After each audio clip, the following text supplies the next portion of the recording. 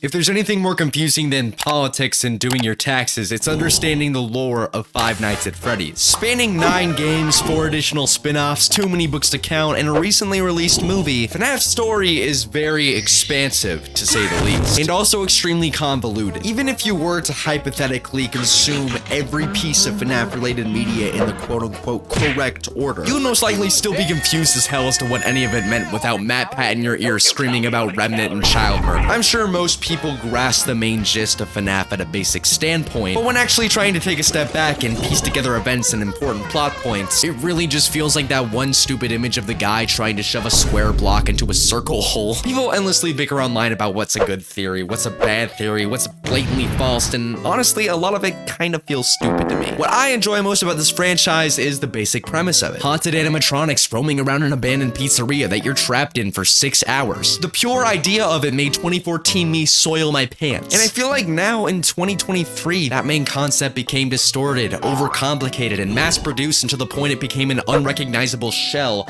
of what it once was. And because of the release of the new Five Nights at Freddy's movie, plenty of older fans are attempting to return to the franchise, but are slowly realizing why they left in the first place. But today, ladies and degenerates, I am here to bridge that gap between new and old and clear up any confusion for you older fans. And do what no YouTuber has done on this website before. Explain FNAF lore with the Living Tombstone songs.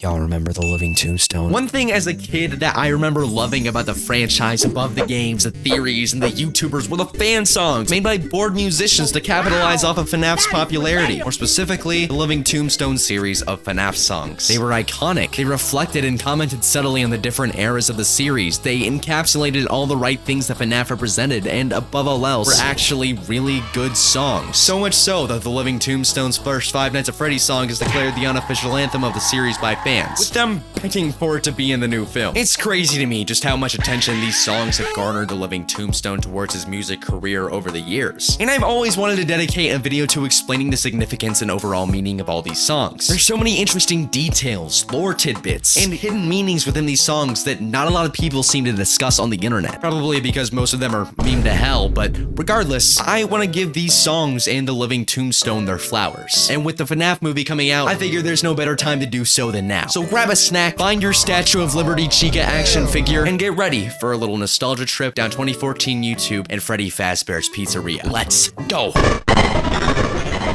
The first Five Nights at Freddy's related song released by the Living Tombstone in 2014 was originally just supposed to be a trend-hopping song. In an LA Weekly article written in 2022, Lando from TLT stated that the culture of the internet is about being there first, being the first one to make a meme about a thing. And in the case of FNAF, it was easy to make a post with a song and lyrics about the game. And subsequently, being one of the first, TLT's song proceeded to blow up in popularity, with it now sitting at a pretty comfortable 300 million views. I assume if you're watching this video, you're at least pretty comfortable with the song, but one thing you might not know about the song is that it was released a mere 3 weeks after the game first came out, which is absolutely insane considering just how much lore TLT references in the initial song. Not trying to say that the lore of FNAF 1 is super hard to understand or anything, but it's not exactly a game that you finish and then say, wow, that was a good story. Instead, you kind of have to watch out for things in the background, pay attention to newspapers, get rare ending screens, yada yada yada. Again, not super difficult, but it's a song that didn't jump to many conclusions and captured the basic essence of the game pretty darn well. The lyrics were written from the perspective of the 5 main animatronics during the events of the game. There's mention of possession by quote-unquote little souls, and how an imposter took their life away, and I guess unsurprisingly the bite of 87, which resulted in the pizzeria chain shutdown. There are also little excerpts of phone guys' speeches that snuck their way into the lyrics as well,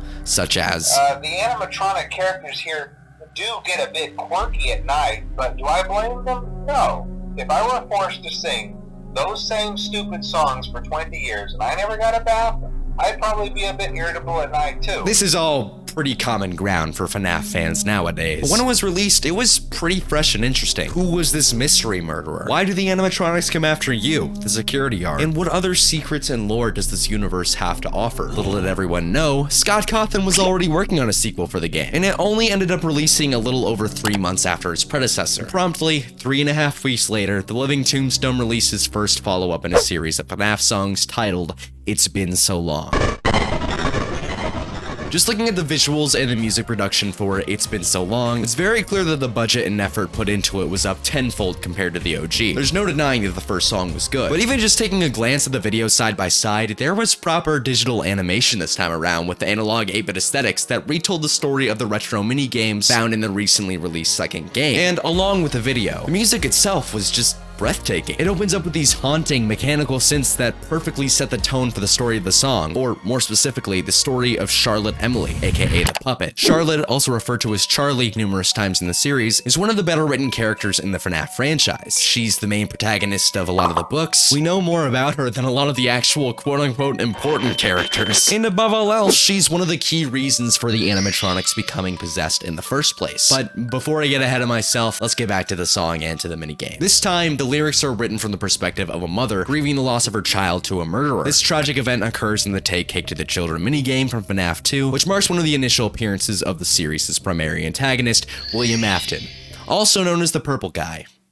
Or the man behind the slaughter. There, I said it now. Please fuck off. In the minigame, you play as Freddy Fazbear while you attempt to deliver cake to a group of average Sniper Wolf viewers. However, their fury escalates as you exceed the limits of their patience, taking longer than their attention spans can allow to deliver the cake. And while this is happening, a child is standing outside the door of the room, crying and observing your failure as a child's mascot. Then, out of nowhere, a purple car rolls up with a purple man inside it who kills the crying kid as the puppet proceeds to jump scare you before the feed cuts to red. The child in this minigame is Charlie Emily, and this is the tragic story of her death and rebirth as the puppet. While it wasn't shown on screen, it is confirmed that she died near the puppet animatronic, and the strong emotions she felt allowed her to possess the puppet. And in the subsequent FNAF 2 minigame, Give Gifts, Give Life, you play as the puppet and proceed to give presents to the remaining 5 ghost children reported dead in the first game. You put masks on them corresponding to the original 4 animatronics, plus Golden Freddy, helping explain the first game a little bit more and filling in the holes left behind, or at least in 2014 it did. Now there's more plot holes in this franchise than holes on a fucking cheese grater. But regardless, at the time, this worked. And in the music video, a lot of these mini games are recreated and reimagined, while the mother, or the singer, wails and grieves over her loss. The only thing in this song that hasn't aged quite so well is the mother referring to Charlie as her son, but to be honest, I don't really blame the Living Tombstone. There's not much gender identity to pull from a fucking crying gray blob. But overall, they did their best. The song slaps, the story's cool, and it's the Living Tombstone's second most popular song, so I hope that says something about its quality. But moving on, next we have Die in a Fire. As you probably know, FNAF 3 took about the same amount of time that FNAF 2 took to make, that being a little over 3 months. But it didn't take long for our favorite YouTuber musicians to cook up some heat with Die in a Fire. Admittedly, it wasn't as popular as the others and received 100 million less views than both of the previous songs comparatively, but as we all know, FNAF was far from falling off just yet. While many people were decidedly not too thrilled about the gameplay of FNAF 3, at least compared to the other games, lore-wise it seemed to have wrapped up the main story of the games in a pretty satisfying way. That was until Scott later decided that it didn't, but we'll get to that in a little bit. The song's subject matter, in fact, does not take place during the events of FNAF 3, but rather 30 years before it, when the infamous Springlock suit failure had first occurred. Just like in FNAF 2, there are mini games that occur in between each night that drop pretty important lore, and that's what the subject of the song is covering, those mini games. The majority of the music video consists of Purple Guy breaking into the FNAF 1 location and hunting down the animatronics like he's fucking Kraven in Spider-Man 2. The lyrics are pretty goddamn brutal as well, and for a while I kinda just assumed that a lot of them were unrelated to the plot and saying just for the sake of sounding edgy. I hope you get shot and expired. I hope you get stabbed in the heart. I want to throw you out, just like my broken TV. All these lines are kinda unnecessarily edgy and over the top, but it makes sense when you realize it's the kid murdering man-child of the franchise that's singing the song. It's an ode to his frustration that the kids he murdered won't die yet. Wow, what a poor guy. Drop a like if you support serial killers. But thankfully, just like how the third game ends, the music video ends in William Afton being cornered into a closet by the ghosts of the children that he killed. It doesn't show him being horrifyingly spring-locked into a spring Bonnie suit with blood coming out of his holes, but I'll settle for a cool-ass song with an okay music video. Also note the title of the song, Die in a Fire. Despite William pleading and wishing on 20 shooting stars for his murder victims to die in a fire, it is actually him who meets that fate 30 years down the line. We fucking love irony. Another thing that's kind of unrelated to the lore that I love about this song is the use of Springtrap's jump scare as a percussion element in the chorus while William pounds the shit out of all the FNAF animatronics. Wait. Okay, that sentence reads a bit weird, but you get what I'm trying to say. You should maybe consider smashing that subscribe. I'll just see myself. As mentioned previously before FNAF 4 was a real thing, FNAF 3 seemed like it was the end of the franchise. Gave a happy ending to the lost souls possessing the animatronics, the main killer died, and nothing else really needed to be done. That was, of course, until Scott changed his mind and spiraled the series into a new direction that would change FNAF forever. The direction I'm talking about is what I like to call the burnout era of FNAF. And no, this is not me trying to say that all the new content is bad or that there shouldn't have been any more games past 3. Rather that from this moment onward, it was very clear that a change had been made to the series. Retcon after retcon had ensued, lore overcomplicated, too many goddamn animatronic variations to keep track of, and a growing insatiable army of children that always craved more and could never be fully satisfied. The best word to describe it was a burnout, from audiences and creators alike. And of this era's many burnout victims, the Living Tombstone was one of them. Despite FNAF 4 releasing in July 2015 and taking around the same time to create as the other games, the Living Tombstone did not make another song about FNAF for another 6.5 months. During this period, he was still very active on YouTube, but also seemingly overworking himself. Hello there everyone, I want to make this vlog short and to the point, not to take too much of your time, and for that I want to make 2 announcements. The first one is that there's not going to be any more weekly videos, and the reason being, as of late, I haven't been uploading anything on time. Like, I promised to make the Final Fantasy 4 song and the Ghostbusters remix on time, but I promised that it's not possible, and it was something that in my mind seemed like a very good idea in theory, and it didn't work when I tried to apply it and actually work on that. The constant comments begging for a FNAF 4 song seemed to have finally worked, as TLT managed to release I Got No Time in February 2015, shortly following the release of FNAF World. Many view this song as just another FNAF 4 banger that retells FNAF 4's story, but in my personal opinion, I think this song was, if not fully, at least partially a cry for help. Running a channel as big as TLT's and having a song series as big as Five Nights at Freddy's does run a toll on a person, especially with constant pressure and annoying comments begging for follow-ups on a series that you may not care about anymore. You know, it makes sense for him to be frustrated, and I believe this song was his way of venting that frustration out, especially with lyrics like, "I got this headache and my life's on the line. I felt like I won, but it wasn't done. The nightmare repeats itself every time." And, of course, I'm getting sick of these apologies from people with priorities that their life matters so much more than mine. These can both be interpreted as subtle jabs towards his fan base, all the while remaining relevant to FNAF and not alerting too many wandering eyes, which I find especially interesting. Hiding your real feelings inside a song that has nothing to do with yourself and you know will reach the audience it's intended for is pretty genius on TLT's part. And believe it or not, this is not the last time TLT would do this in a series of FNAF songs. But getting to the actual lore of the song, I Got No Time is written from the perspective of FNAF 4's main protagonist, the crying child, as they face off against the nightmare animatronics from inside their home. People still debate about whether or not the gameplay of these games actually happens canonically or not, but what we do know is that the main protagonist is one of the 2 sons of William Afton, the purple guy, and also that the kid's a giant pussy who gets bullied all the time for being scared of the animatronics. I mean, shit, I'd be too if I had to stay up 6 hours every night holding the door closed on these ugly motherfuckers. But in the end, he does have a good reason to be scared, because his cranium gets chomped off like a fucking piranha plant by Mr. Golden Fredbear himself. And the whole song is basically just him mourning his eventual death, knowing that it's inevitable for him, sounding completely hopeless, mirroring the game's somber, dreadful tone. Also him regretting a lot of his friendships, putting his trust in the people that would abandon him and do nothing to save him on that very fateful day. Though, one cool thing to note about the song is that near the instrumental break, you can hear a musical reference to the first FNAF song in the background. Here's a quick comparison for reference.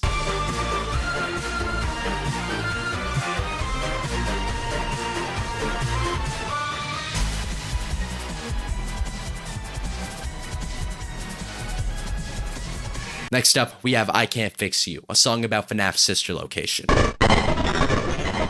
I Can't Fix You was made relatively faster than I Got No Time in comparison, but sadly it was announced near its release that it would be TLT's last FNAF-related song release. Many fans were disappointed with the news, considering how big the series had gotten, but it was clear that it was time to move on. And needless to say, it ended off with a bang. It was the most experimental and different FNAF song released by TLT, probably due to his exhaustion with the FNAF formula, but I think it worked perfectly for the song. And as for the lyrics, people are still surprised today by just how striking and lore accurate they are. It tells the story of Baby, the antagonist to the newly released at the time FNAF game, Sister Location, and the trapped soul inside of her, Elizabeth Apton, Purple Guy's daughter. This game recontextualized a lot of Purple Guy's backstory, making him one of the founders of the Freddy Fazbear franchise, and portraying him as some sort of mad genius obsessed with immortality as opposed to just, you know, serial killer with a skin condition. Some people were big fans of this change, and others were kind of confused. But one of the defining lore tidbits from this new game was the actual process of how Baby came to be possessed. PG was designing designing new robots with the intent and purpose to lure and kill children in the hopes of harvesting remnant, or immortality juice. Before he could open a new restaurant with the new killer animatronics, his daughter died by getting too close to one of them. And in his grief, he forever abandoned the animatronics in the attraction deep in a cellar for hopefully no one to find. But little did he know, the soul of his daughter was still intact and tethered to the animatronic that killed her. This song is written from the perspective of that animatronic, with some of the lyrics being directed towards her father and others towards the protagonist of Sister Location, Michael Afton. Another one of Purple Guy's children. Let me tell you, this dude was getting it on in the 70s. But with lines like, "Is it because I can't be her and I can't fix you?" Baby displays her increasing annoyance and need for attention from her father. But before she was killed, she wanted to be Baby so badly because of how much time her father spent working on her. And once she became Baby, she wanted nothing more than to be the child that her father was constantly grieving over. It's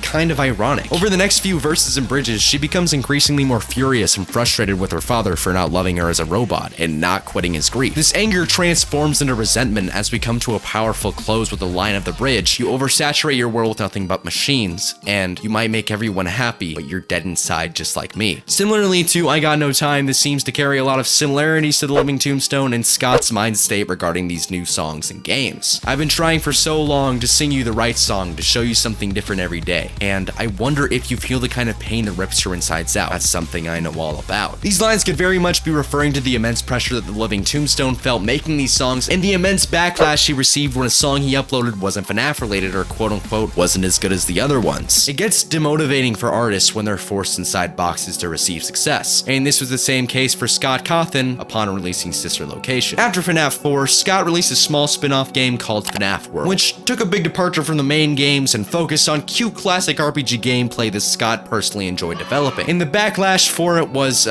intense, to say the least. People did not like this game, and despite Scott pouring his itty-bitty heart into this project, the internet chewed it up, spit it back in his face, and told him, get back to making what we like. And Scott promptly shat his pants and got busy on Sister Location. He released an update for FNAF World after its release that contained an Easter egg in which he shoots himself, proclaiming that he can't stop his creation. Totally not concerning at all. He knew that there was a way out for the franchise beforehand and that the ideal ending had been at a point reached, but now it was too late. And the only way out of this 30-foot hole Scott had dug himself was to keep digging deeper until the franchise became an unrecognizable corpse of its former self. And no matter how many games he made with the FNAF label, it would never make him truly happy, hence a line in the bridge. Living Tombstone was fortunate enough to be known for other things, so he didn't have to cling to FNAF, but as for Scott, his next few years would be the most stressful of his game development career.